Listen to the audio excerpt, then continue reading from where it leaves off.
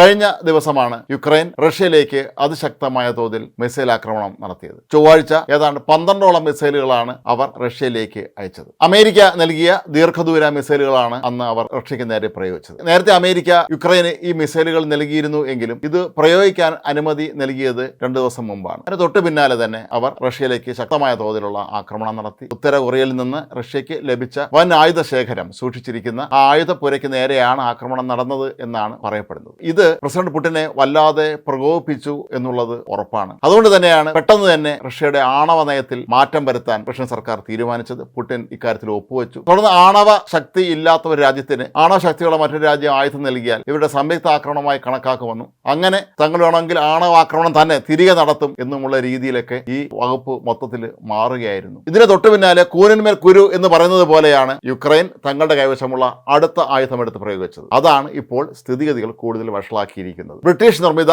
Storm shadow എന്നറിയപ്പെടുന്ന മിസൈലുകളാണ് കഴിഞ്ഞ ദിവസം റഷ്യയിലേക്ക് ഇവർ പ്രയോഗിച്ചത്. ഏതാണ്ട് 10ഓളം മിസൈലുകൾ അയച്ചു എന്നാണ് പറയപ്പെടുന്നത്. ഈ മിസൈലുകളും അമേരിക്കൻ മിസൈലുകൾ പോലെ തന്നെ ദീർഘദൂര മിസൈലുകളാണ്. ബ്രിട്ടൻ നേരത്തെ തന്നെ ഇത് യുക്രൈന് കൈമാറിയിരുന്നുവെങ്കിലും ഇപ്പോഴാണ് ഇത് ഉപയോഗിക്കാനുള്ള അനുമതി നൽകിയത് എന്നുള്ളത് വീണ്ടും റഷ്യയെ ചൊടിപ്പിച്ചിട്ടുണ്ട്. കാരണം അമേരിക്കയും ബ്രിട്ടനും ഒരുമിച്ച് നിന്നുകൊണ്ട് യുക്രൈന്റെ പുറകിൽ നിന്ന് തങ്ങളെ ആക്രമിക്കാൻ ശ്രമിക്കുന്നതായിട്ട് തന്നെയാണ് റഷ്യ ഇതിനെ കണക്കാക്കുന്നത്. അതുകൊണ്ട് തന്നെയാണ് യൂറോപ്പിലും അമേരിക്കയിലെല്ലാം ഭീതി വിതച്ചുകൊണ്ട് റഷ്യ വേണ്ടി വന്നാൽ ഇവിടങ്ങളിലൊക്കെ തന്നെ തങ്ങൾ ആണവായുധം പ്രയോഗിക്കും എന്നുള്ള സൂചന നൽകിയത്.